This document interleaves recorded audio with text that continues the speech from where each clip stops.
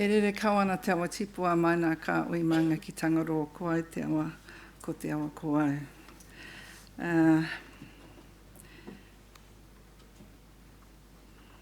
He uri a hau no te awa o Wanganui I whakatipu au I te taha o taua awa, kei taumara nui, no reira ko taku iwi I reira ko Ngāti Haua.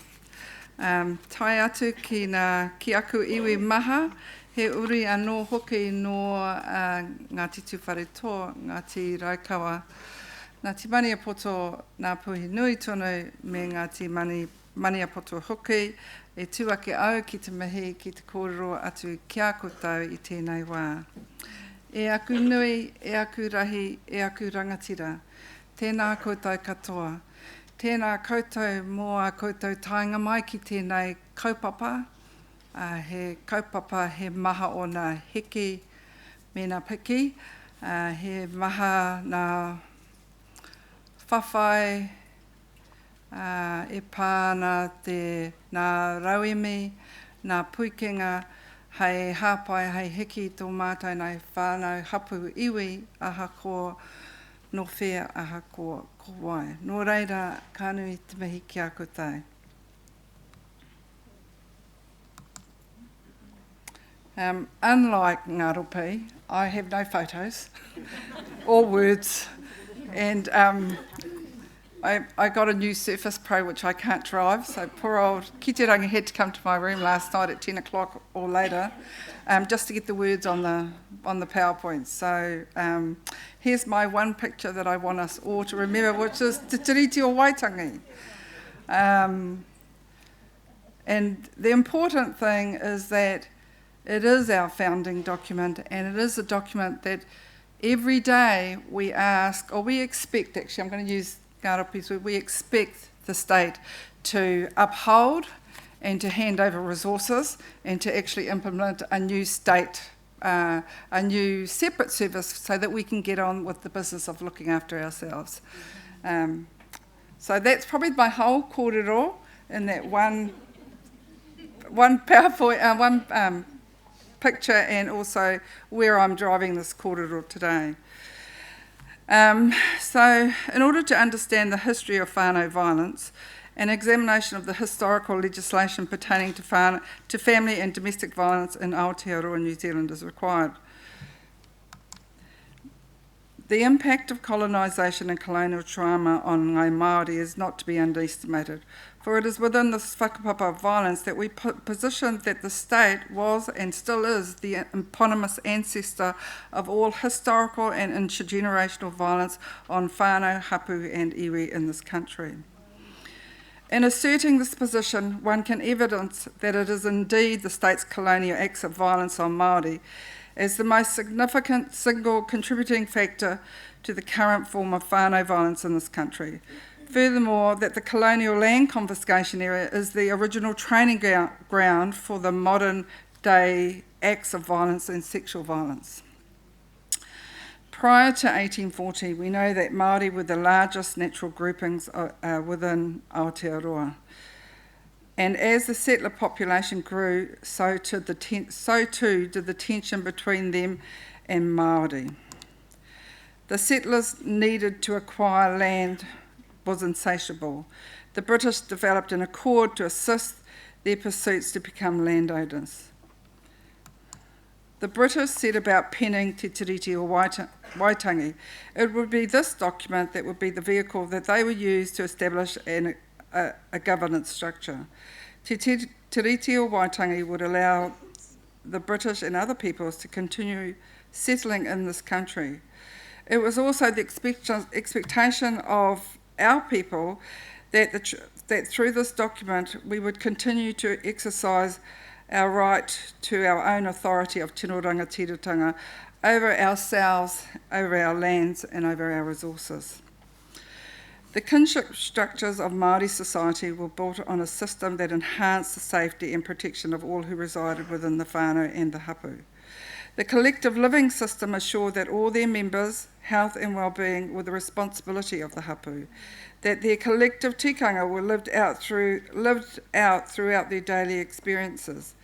Every person was valued of the hapu collective. Men and women were equals. Tamariki were highly treasured, considered taonga in their communities. Within a complex, healthy, functioning societal system, whānau and sexual violence was not tolerated. The penalties for any type of whānau abuse were swiftly imposed. I have personally heard a few oral accounts from kaumātua that whānau violence infractions were dealt with swiftly, and in some cases through acts of actually ending the whakapapa of that person through death. In the case of death, the idea was the outcome for the crime committed and to prevent the violent characteristic traits or momo from carrying into the future generations. Mekaere 2011 articulates that to address the crime and the loss of mana for both the victim and the perpetrator, the collective whānau response determined the pathway forward. Historically, Māori were major landowners of Aotearoa. As the basic law of the land was clearly based within the realms of Te Ao Māori, and post the signing of the Treaty of Waitangi, the British settlers' formation of their own state governance proceeded to develop a colonial rule where the sole purpose was to acquire land for their own people, whilst deliberately subjugating Māori to maintain their rights and control over their lands and resources.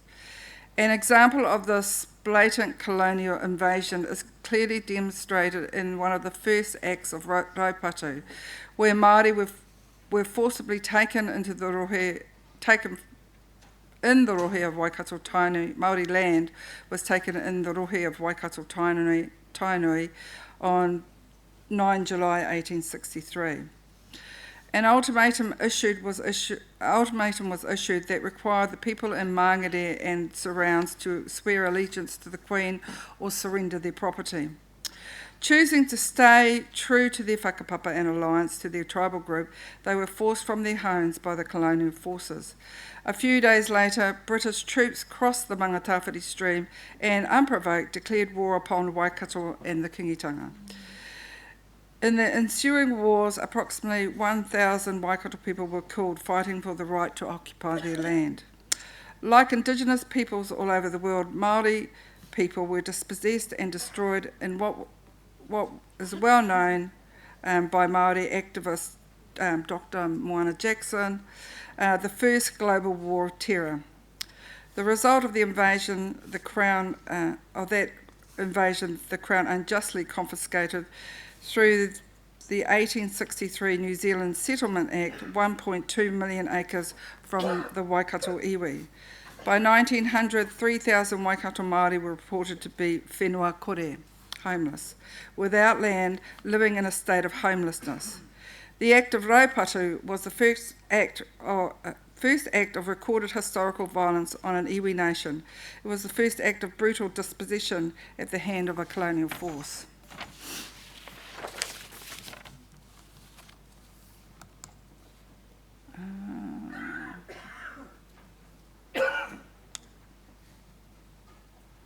So this is where I don't know how to read and use the machine at the same time, so apologies, I'm behind in my slides.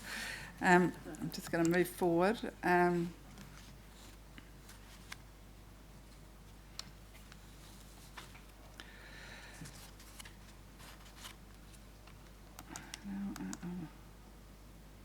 Okay.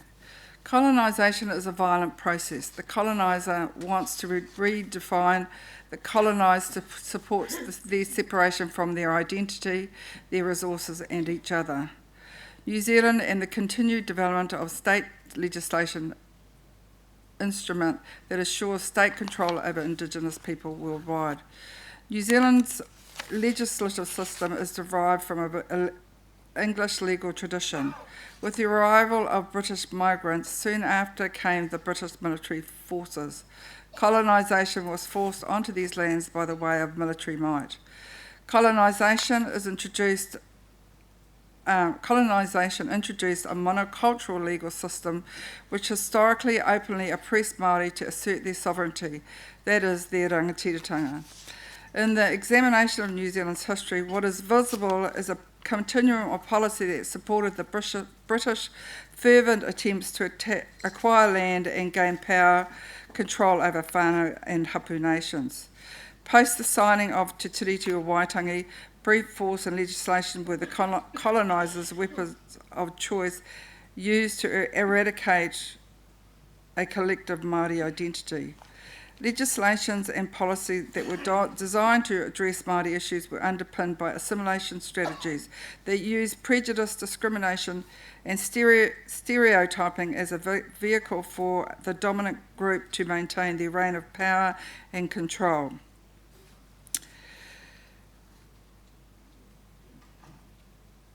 The laws are the tools used by the powerful to maintain their own privileged positions. The establishment of state sovereignty resulted in Māori being controlled via legislative means and meted with some form of punishment. This process of assimilation is exemplified in the land confiscations and the deliberate destruction of whānau, hapu and iwi. Assimilation asserted the rights of an individual over the rights of the collective.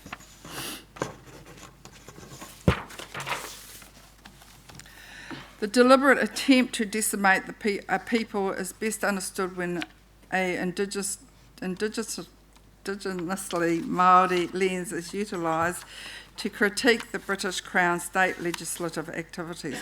What becomes visible is the impact of historical and intergenerational trauma as a result of land loss of a cultural identity and traditional ways of being, loss of traditional knowledges and ways of learning, loss of key support structures. All the losses are interconnected and directly linked to colonisation and through the actions of the state.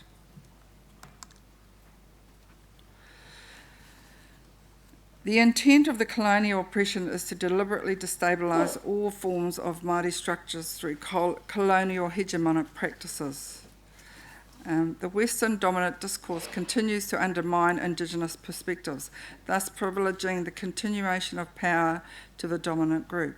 Furthermore, that the impact of colonisation and historical events in Aotearoa, New Zealand, has contributed significantly to the intergenerational and historical trauma that whānau hapu Māori have endured since the arrival of settler colonists.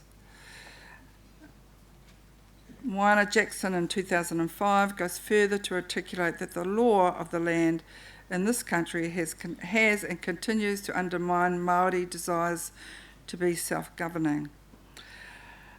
Colonisation is our present, and there has to be. Ani Makaere argues that colonisation is our present and there has to be an end to it. For Māori, colonisation and its traumatic impact is not a historical experience, but it is a current lived phenomena that continues to infiltrate the everyday lives of our people. The Abuse in Home Current Royal Commission inquiry highlights, this was in 2018, highlights the continued systemic oppression upon Māori. The continued historical and intergenerational of Ngāi Māori is continued evidence that the New Zealand legislation are the tools of successive governments and have been in place to maintain power and control over our people. An examination of the historical and current legislative activities pertaining to state-instituted violence activities provides further evidence of their intent to continue having a firm control over whānau, hapu, iwi, whenua Māori and the Māori economy. The long-term effects of colonisation historically and present day continues to impact negatively on Māori well-being. When Māori land is confiscated through war and legislation, as was the case in the New Zealand land wars, 1840s to 1870s, the ability for whānau, hapu and iwi to look after their tribal nations is seriously impaired. The loss of one's economic land base has a negative ripple effect upon the people. Historical and intergenerational, cultural, physical, spiritual, emotional and mental deprivation is rife when people, their whenua is stolen from underneath their feet. Māori cultural identity is innately imbued in the land. The loss of the fundamental connection is profound. For whānau, for hapu, for iwi. The creation of historical intergeneration was imminent. From the time of the New Zealand land wars to the present day, the lack of traditional land resources has continued to adversely impact the well-being of whānau, hapu and iwi. The separation from the primary economic base combined with the introduction of new cultural norms from settler identities adversely obstructed the natural functions of whānau, of mana wahine, of mana tāne. Māori women were repositioned as less than. The loss of Māori land saw the relocation of whānau to urban areas. Māori kinship structures were constantly challenged by the Western nuclear family unit, and the reliance of paid employment prevailed. Reliance of men as the economic support for women subsequently placed women at a greater risk of experiencing whānau violence. I just want to say this is kind of a sort of a timeline of, for most of us in the room, what we know. In this particular korero, I really wanted to sort of track the progress of what happened through the loss of our land, through stolen lands, to now, and how we understand the impact of violence on our people. Historically, in traditional Māori society, the relationship between men and women supported a safe and nurturing environment for child-rearing practices. The introduction of Christianity, missionary interaction with Māori, and the 1867 Native Schools Act assisted in redefining the role of Māori men and women, where Pākehā parenting practices were privileged and enforced over traditional child-rearing practices. It is well known that the machinations of colonisation and the deliberate efforts to annihilate and or assimilate Māori detrimentally contributed to the deconstruction of mana wahine and mana tāne. The potency of colonisation and assimilation is best understood in the deconstruction of rangatiratanga within the context of whānau, hapu and iwi, where the state and the law of the land has primary power over the lives of our people. And in particular, we can just think about Waranga Tamaraki's immense power over our whānau, and that control the tamariki, control the parents, control the adults. The role of wahine Māori in facilitating cultural practices was colonised, and women became seen as less than. Furthermore, repositioning wahine Māori within a colonial society infrastructure increases the prevalence of violence upon women. Prior to the 1985 Crimes Amendment Act, a husband could not be charged with the rape of his legal spouse as his wife was his possession. Draconian New Zealand legislation supported gender inequity and its accompanying violent impacts. The loss of cultural identity is visible within New Zealand's criminal justice system, as is the case with young Māori were removed from their whānau and placed in the state-run institutions.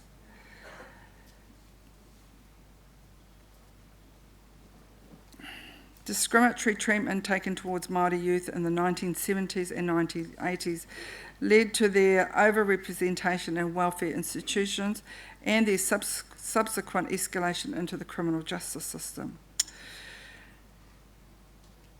Within these institutions, the formation of Māori cultural identity was informed by discrimination and violence, and what it was to be Māori taught rangatahi through the eyes of their colonisers. The aim of the coloniser is to supply Indigenous people. By assimilating Māori to Pākehā ways of being, state-run institutions, Māori are made visible, and the state can justify the theft of our lands. Traditionally positioned within the Māori worldview, children were children of the whānau and belonged to the whānau kinship structure. There are many examples of legislation which guided or informed responses to support the well-being of children and young people by firstly removing them from their cultural identity and whānau and placing them within state institutions. This is replicated within the criminal justice system in where there is an absence of understanding of the additional harm caused by the acts of separation, particularly for Māori. Māori exists within a wider whānau unit and not as the individuals in which the state legislation attempts to reposition them. What becomes visible is the power to decide the future of Māori is stolen by state institutions and structures. More than 100,000 children were removed from their parents and institutionalised between the 1950s and the 1980s, many experiencing significant abuse while still in state care. And this kaupapa is its kaupapa on all of its own. And we all are witness to that as the inquiry continues. According to tikanga Māori, when a wrongdoing occurred, along with the loss of mana, it created imbalance. In order to return to a healthy state, the restoration of mana and re-establishing of balance needed to occur. Muru, the act of restorative justice within the tikanga practice of our people, required the wrongdoer and their whānau to submit to a process in which the victim and their whānau could take ownership of their possession and even destroy property until mana had been restored. Collectively, whānau took the responsibility of addressing the wrongdoing, and a return to balance supported the re-establishment of a healthy state of well-being. Justice or balance was not decided by the wrongdoer or forces positioned outside the whānau identity that experienced the wrongdoing. The reconstruction of gender roles to support a settler construct of family and not the extended, often intergenerational structure of whānau Māori, which provided support for Māori, meant Māori women became isolated, their roles redefined to fit that of a preferred settler identity as mother and domestic wife. The disconnection from the support of the wider whānau identity reduced the security these had provided, leaving women and children more vulnerable to the impacts of domestic imbalance that precipitated ensuing violence. The introduction of sexual violence within Indigenous communities was born from that system that continued to undermine traditional Māori Indigenous values and practices. The reconstruction of Indigenous women as impure and dirty, therefore open to harassment and rape by settler men. That was Rose, 2012. The changing of Māori histories can be viewed as attempts by the coloniser to reject that which which did not support the desired gendered roles they were wishing to embed. That is a direct quote taken from Professor Linda Smith and also cited in some of your work, Leonie. Tikanga was challenged by an onslaught of Western constructs which attempted to redefine and reduce Māori ancestral knowledge as inferior.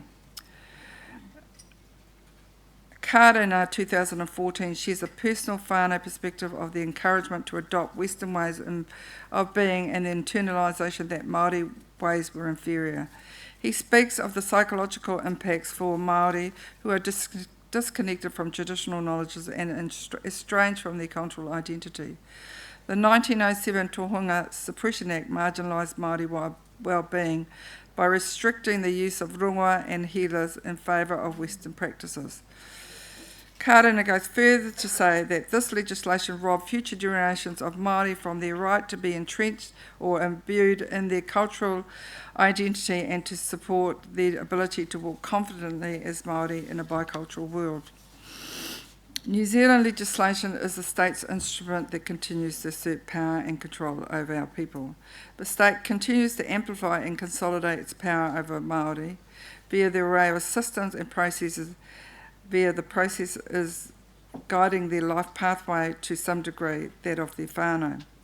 It has taken several generations for violence to become entrenched within Māori whānau identity, and while legislation remains positioned in promoting a colonised understanding of whānau well-being, Māori continue to struggle to unburden themselves from violence bestowed upon the state. Legislation informed by a Western worldview and enacted on Māori is colonising, and the very nature of the colonisation is violent. Often visible within state legislation are descriptors of of what constitutes violence. When the descriptors are relocated within the exploration of policies and practices of the state, they identify the state as perpetrators of violence on Māori themselves. This violence can be linked to the violence experienced within Māori communities. That the violence of the state has attacked Māori physical, social, emotional and spiritual well-being can go uncontested. As an overarching theme, the colonial past has informed and continues to inform the post-colonial present.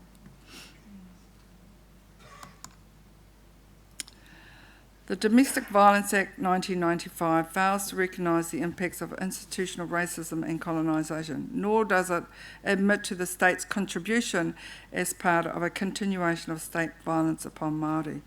The definition of violence within the Act could be viewed as the individualisation of harm at an interpersonal level without acknowledging the abuse experienced by children at a societal level. The examination of the implication of the state's view of care and protection of a child or a young person juxtaposed to the traditional Māori concept of whānau wellbeing as a collective care and protection of a group opposed to that of an individual within a whānau. The individual Māori wellbeing is reliant on a collective wellbeing of whānau, hapu and iwi. Therefore, we continue to ponder on why the state-funded responses focuses on individualised responses when a collective response is required to achieve wellness. The punitive state system of the state within the Ministry of Social Development can be viewed as emotional and physical abuse of a child when one considers the practice of work and income support and positions it within the definitions of family violence as provided by the PF Act.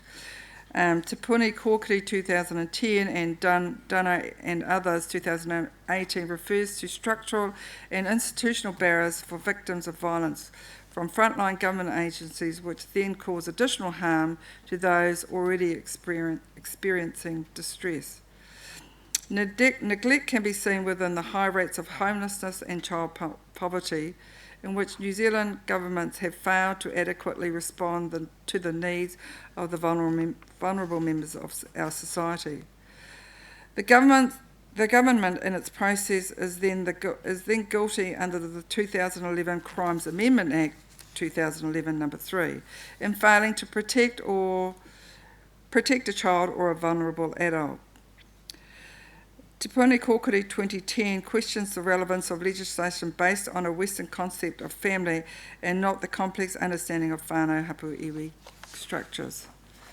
Collectivism is philosophically at odds with the Western notions of individualism.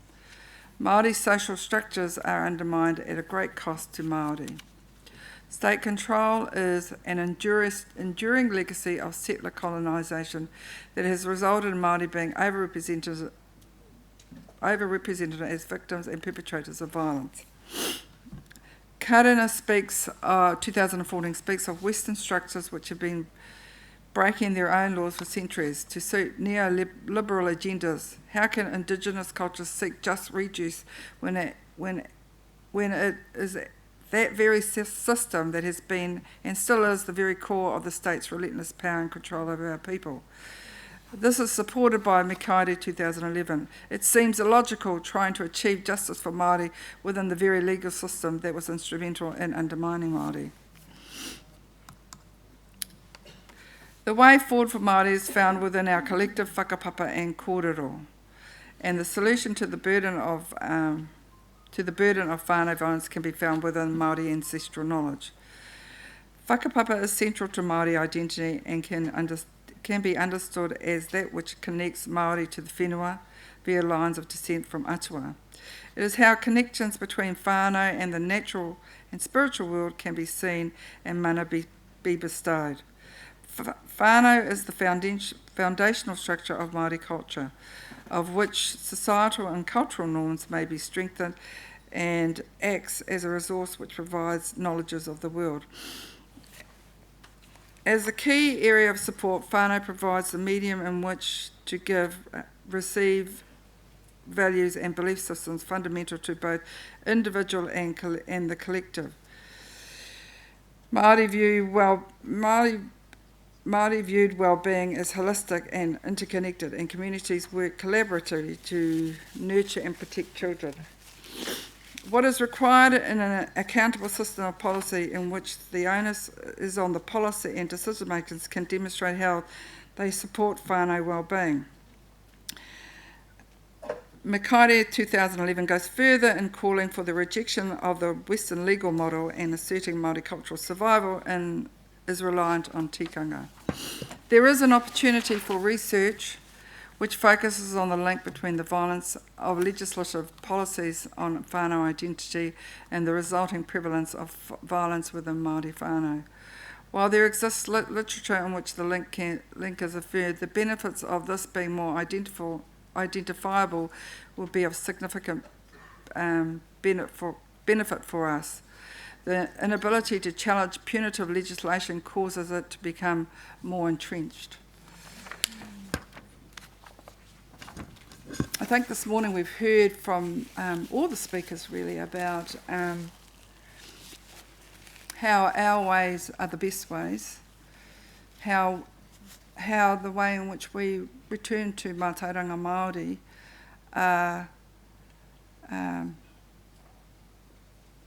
need to be the foundations of thriving whānau.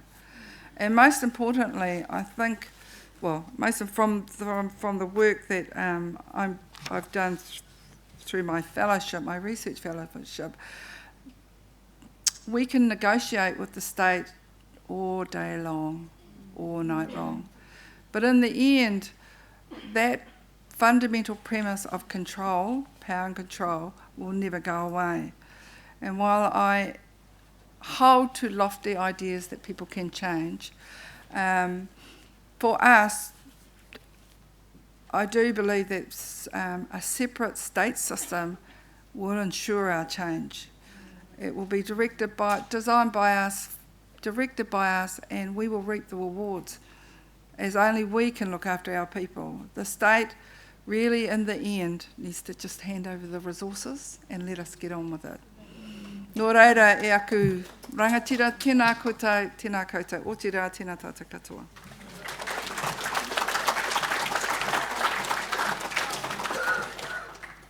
Ko te taonga o taku nā kau, ko taku mokopuna he mokopuna kori, hei aha rā. Ko te mea nui, ko te aroha, kaua e pati taku mokopuna, me awhi mai taku mokopuna kore e. Kia ora. Kia ora tātou. Kia ora.